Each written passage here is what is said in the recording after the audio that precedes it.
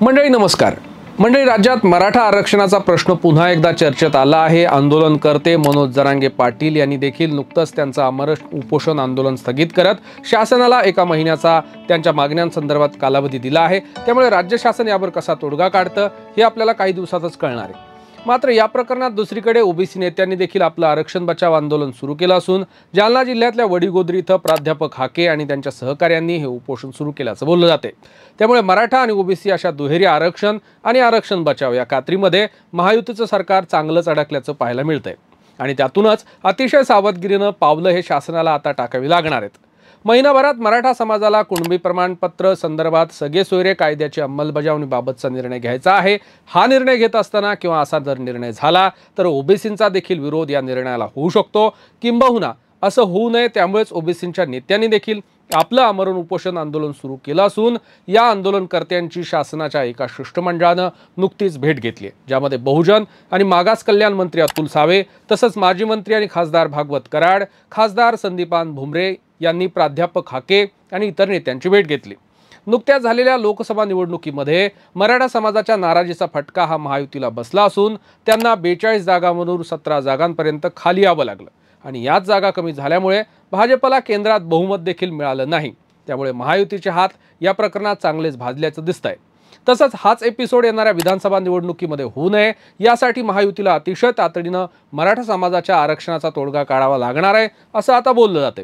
कारण मराठा समाजाचे नेते मनोज जरांगे यांनी सगळे सोयरे या कायद्याची अंमलबजावणी केली नाही तर येणाऱ्या विधानसभा निवडणुकीमध्ये महायुतीचे उमेदवार आपण नाव घेऊन पाडू असा इशारा दिला आहे आणि असं जर झालं तर त्याचा फटका हा मोठा महायुतीला बसू शकतो असं बोललं जाते। त्यामुळेच तातडीनं शासनाच्या एका शिष्टमंडळानं मनोज जरांगे यांची भेट घेतली होती आणि या कायद्याच्या अंमलबजावणीचं आश्वासन देऊन एका महिन्याच्या आत तोडगा काढू असं सांगितलं होतं। मात्र या शासनाच्या निर्णयामुळे ओबीसी समाजामध्ये एक प्रकारची भीती निर्माण झाली असून ओबीसी नेतेही भाजपवर अर्थात महायुतीवर नाराज होण्याची शक्यता व्यक्त केली जाते।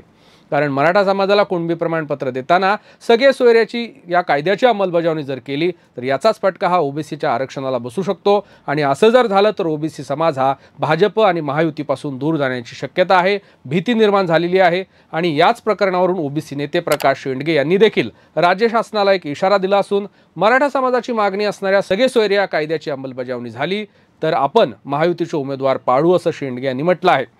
तर या मराठा आणि ओबीसी नेत्यांच्या इशाऱ्यामुळे महायुतीचं सरकार आता चांगलंच गोत्यात आलं असून चांगलंच कात्रीमध्ये सापडल्याचं बोललं जाते। कारण कुणाच्याही बाजूने निर्णय घेतला तरी एकीकडून महायुतीला फटका बसण्याची शक्यता आहे आणि ते असं जवळपास निश्चित आहे। त्यामुळे एक मधला मार्ग काढल्याशिवाय शासनाकडे आता पर्याय नाही असं देखील आता बोललं जाते। विशेष म्हणजे आजपर्यंत ओबीसी समाजानं कायमच भाजपची साथ दिली आहे। त्यामुळे सगळे सोयरे कायद्याची अंमलबजावणी झाली तर ओबीसी समाज हा भाजपपासून कायमचा दूर जाण्याचा धोका देखील निर्माण झालेला आहे। संख्येनुसार मंडळी आपण जर विचार केला तर महाराष्ट्रात 38% एवढी ओबीसी समाजाची संख्या आहे। त्यामुळे सत्ताधाऱ्यांना ओबीसींचं महत्त्व मोठ्या प्रमाणात आहे आणि ते वेळोवेळी येत असतं आणि ओबीसी समाज हा पारंपरिक भाजपला साथ देत आलेला आहे। त्यामुळे 38% ओबीसींना दुखवण्याचा धोका भाजपकडून घेतला जाण्याची शक्यता कमीच आहे। दरम्यान मराठा समाजाची असणारी संख्या ही 31% असून त्याचा फटका गेल्या लोकसभा निवडणुकीमध्ये महायुतीला चांगलाच बसलाय। एकूणच मराठा आणि ओबीसी या दोन्ही समाजाच्या नाराजीमध्ये महायुती सरकार चांगलं अडकलेलं आहे। आगामी काळामध्ये अर्थातच येत्या काही दिवसात राज्य शासन मराठा समाजाची मागणी पूर्ण करतं की ओबीसी समाजाच्या मागण्यांवर ठाम राहतं हे आपल्याला कळणारच आहे। पण आज महाराष्ट्रात निर्माण झालेला अभूतपूर्व असा हा किचकट प्रश्न आहे आणि त्यात अडकलेलं महायुतीचं सरकार यातून बाहेर पडतं की आणखी आत गुंतत जातं हे आपल्याला येणारा काळच सांगेल।